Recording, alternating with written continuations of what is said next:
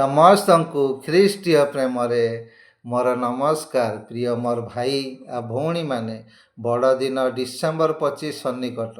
ସମସ୍ତଙ୍କୁ ମୋ ତରଫରୁ ହ୍ୟାପି ଖ୍ରୀଷ୍ଟମାସ୍। ପ୍ରଭୁ ପ୍ରତ୍ୟେକଙ୍କୁ ଆଶୀର୍ବାଦ କରନ୍ତୁ। ମୁଁ ଆପଣମାନଙ୍କ ସହିତ ଗୋଟେ ମେସେଜ ସେୟାର କରିବା ପାଇଁ ଚାହେଁ। ଯେତେବେଳେ ପ୍ରଭୁ ଯୀଶୁ ଏ ଜଗତରେ ଥିଲେ ଆଉ ଜହନ ଡୁବକ ତାଙ୍କ ଆଡ଼କୁ ପ୍ରଭୁ ଯୀଶୁଙ୍କୁ ଆସୁଥିବା ଦେଖି ସାକ୍ଷ୍ୟ ଦେଉଛନ୍ତି। କ'ଣ? ଏହି ଦେଖ ଈଶ୍ୱରଙ୍କ ମେଷ ଶାବକ, ଯେ ଜଗତର ପାପ ବୋହି ନିଅନ୍ତି। ଆମେ ଗୋଟେ ଘଟଣା ଦେଖୁଛେ, ପ୍ରଭୁ ଯୀଶୁ ଶିଷ୍ୟମାନଙ୍କ ସହିତ ଯାଉଛନ୍ତି। ପ୍ରଭୁ ଯୀଶୁ ପଚାରୁଛନ୍ତି, ଲୋକମାନେ ମୋ ବିଷୟରେ କ'ଣ କହୁଛନ୍ତି?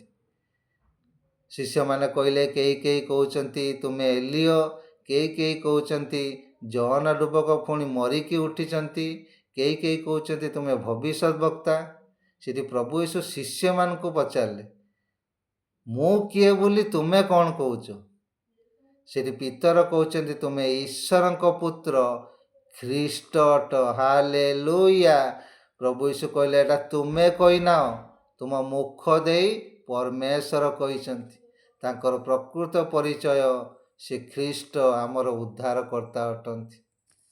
ସମସ୍ତଙ୍କୁ ପ୍ରେଜ୍ ଦ ଲର୍ଡ।